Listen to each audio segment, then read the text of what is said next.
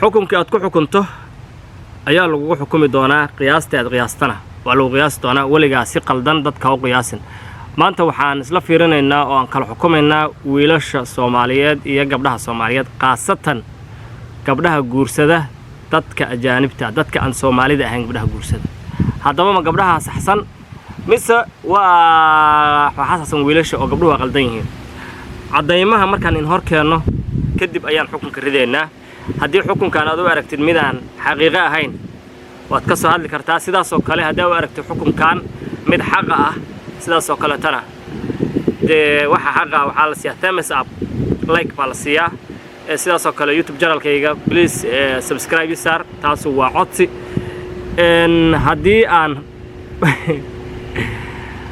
haddii aan ku horumarno fiidiyogeena iyo sidaas oo kale iyo sheekadaba waa isla socdaan ma kala haraan fiidiyowga iyo sheekada waxaan ka bilaabaynaa fiidiyowga gabadhan waad garanaysaan gabadhan waxa la yiraahdaa magaceeda Asma Daa'uus waa gabar Soomaaliya reer Sweden ah wiilkaas bay guursatay runtii baraha bulshada cayb badan ayaa loo mariyay oo la leeyahay nin kana had guursatay nin jinjino ogaad guursatay nin maaragtay waa islaayadii wali baan sii wadaynaa fiidiyasheeda marka gabadhan cayb badan baa loo geystay si xun baa loo caayay waxa la yiri nin kana had wata guud ahaan gabdhaha guursaday nimanka aan Soomaalida ahayn waxaan u caynay si maxaa ka galay waxaan iri kuwa nolosha ka dhacay bay guursadeen baan iri moogta ma waxa naga keenaya qaraarka mise waa saxo waxay guursadeen niman aan u qalmin bay guursadeen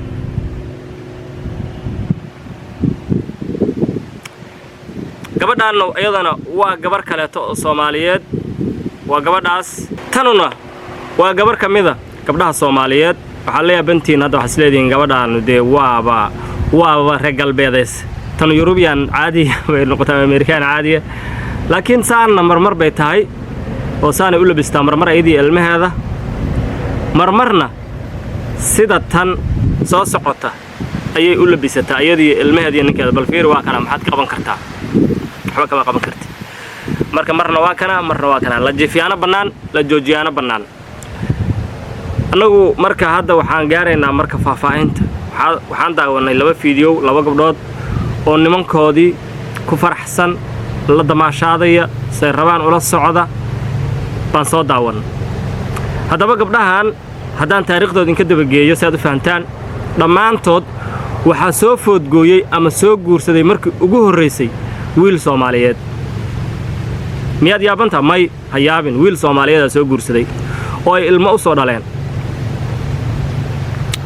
war waxaad garateen Soomaa wiil Soomaaliyeed ayaa soo guursaday oo ay ilmo u soo dhaleen wiilkii Soomaaliyeed wuu nacay wuxuu yiri naagtan jinno oo taqtaqda badan qaylada badan waxay ku daba socotaa macnaha wuu deyriyay wuu soo furay waa sida ay tahay ilaa moogta kadibna wiilashan ayaa qashinka kala soo dhaxbaxay sabaalada qashinka kala soo dhaxbaxeen way qurqurxsadeen way naashnaashteen adinka haddaad qaylinaysaan marka hadda ma fahanteen bal gabadhan kale ayadana aan fiirino wax yar gabadhan kale ayadana aan fiirino xasla labadooda bas baxayaan no anna waa la soo jiida muran iyo qayli iyo qajjac diyaarsada dharkeedu u feereystay anna xasla labadooda bas wariyaasan xal ma aha cunugtiisu diyaarsada dharkeedu u feereystay anna xasla labadooda bas baxayaan no anna waa la soo jiida muran iyo qayli iyo qajjac musqusha lagu gali dharka lagu soo gali kabaha lagu soo gali waan soo baxay waan soo dawaraacay caanaha mujeeda dabada u jiro intuu ku fadhiistay ee caanihii dhan asigiisa barin kulli ku daateen ka dambe guriga la aaday dharka dhort markaas xadee dadkana cuntaan soo qaadan Nara Smith la dhaha meeshaan waxay tiri ma ka saysaa jalaate iyo saliid qadada banaanka laga dalbaa had qada everyone is so do jira mogta ano saliga salaada tukana ninka gaar miya sidii leedahay waxa dhijir war ifiiriya waa tukada hadda ma ho gaar miya hadii la dhaho ha iska dhaha astaghfirullah hadda kafee xunu ii sameeyo qashay ilaa hadda kafeegiisa waan baxay waan baxnay waan soo lugayn ilaa hadda waa soo lugayna laakiin Sabrina sas inay hadda meel u joogto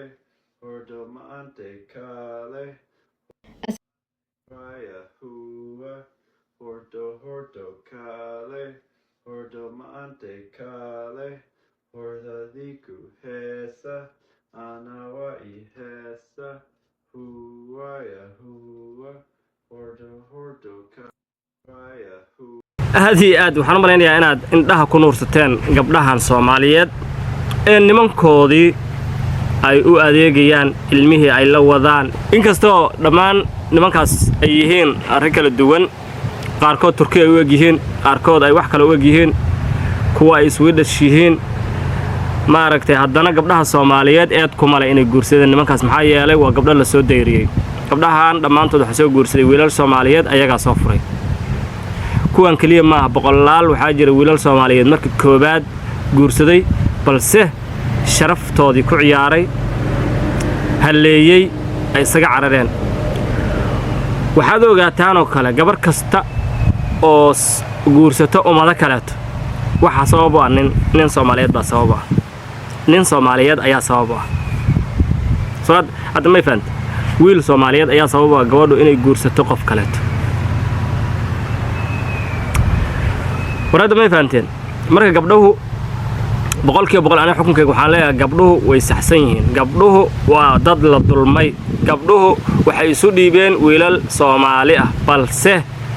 karaamo darro ayaa lagu riday kuwa hadda la nool nimanka Soomaaliyeed oo isqabaan oo qoysaska ma jirto gabar samayn karta wax gabdhaha samaynayaan ma jirto gabar ninkeedu maalin kasta kabaha inta u soo galiyo magaalada iyo suuqa isla wareegayaan ma jirto gabar ninkeedu ilmihii xabadka inta ku xirto uu la socdo ma jirto anaaba kuleeba hadduu soo raaco waxa la wareeg gabadhu may ku sixirtaa leeyahay gabadhu miyay ku soo nin ma tiid